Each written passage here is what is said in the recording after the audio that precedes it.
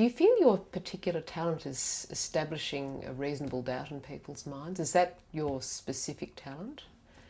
Or do you think it's Well, more along the lines of other things? I mean, obviously you have and you would need forensic skills to make the kinds of arguments that you're doing, but I just get this impression sometimes listening to you that that's your particular forte. well, perhaps it is. I've never really thought of it like that. I mean, in criminal cases, obviously, that's what you're trying to do. I mean, you're not really trying to prove innocence, although occasionally you can and do. But civil cases are different. Yeah. Let's look at some of the other cases that you've done. You've done some very high-profile cases, and speaking of medical issues, although this isn't strictly a medical issue, you acted for Shane Warne. Right. Well, Shane, it was an interesting. It did have a medical issue. I'd done a lot of work over the years for the Australian Cricket Board in advising them. I, for example, gave them advice about going to Zimbabwe and advised them they should tell the minister to use his powers under the Passport Control Act or the Passport Act. The idea didn't really emanate with me, it emanated with my junior, who was a pretty smart guy. But we wrote a joint opinion and gave it to the ACB, passed it on to the minister, and he used it, and the Aussie test team didn't go to Zimbabwe as a consequence. But I'd done a lot of work for them over the years. It's very interesting work.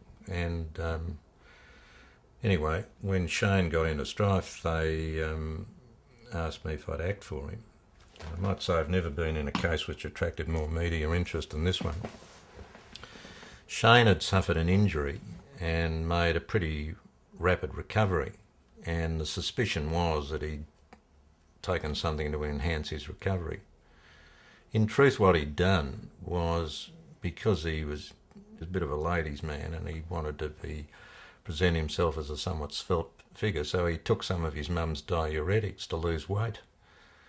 And diuretics are banned because they don't enhance performance, but they disguise performance-enhancing drugs. Anyway, you're not allowed to take them. So Shane had. In any event, it became apparent that he had, and they charged him under, I forget what you call it now, but they'd charged him with an offence which could have resulted in up to a 2-year suspension, which would have been disastrous for Shane, financially and otherwise.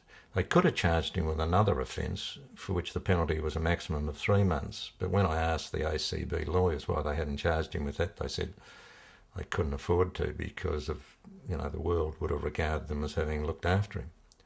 So they charged him with a more serious offence. In any event, at the end of the day, we call medical evidence to show that his recovery was as expected. There was nothing suspicious about it. Shane gave evidence about taking mum's diuretics and I'd taken them, and I can't recall whether we called mum to give evidence. I think we did. And so he ended up with a year's suspension, which was in some respects a good result, but in other respects a bad one. But he was caught taking diuretics. That's it.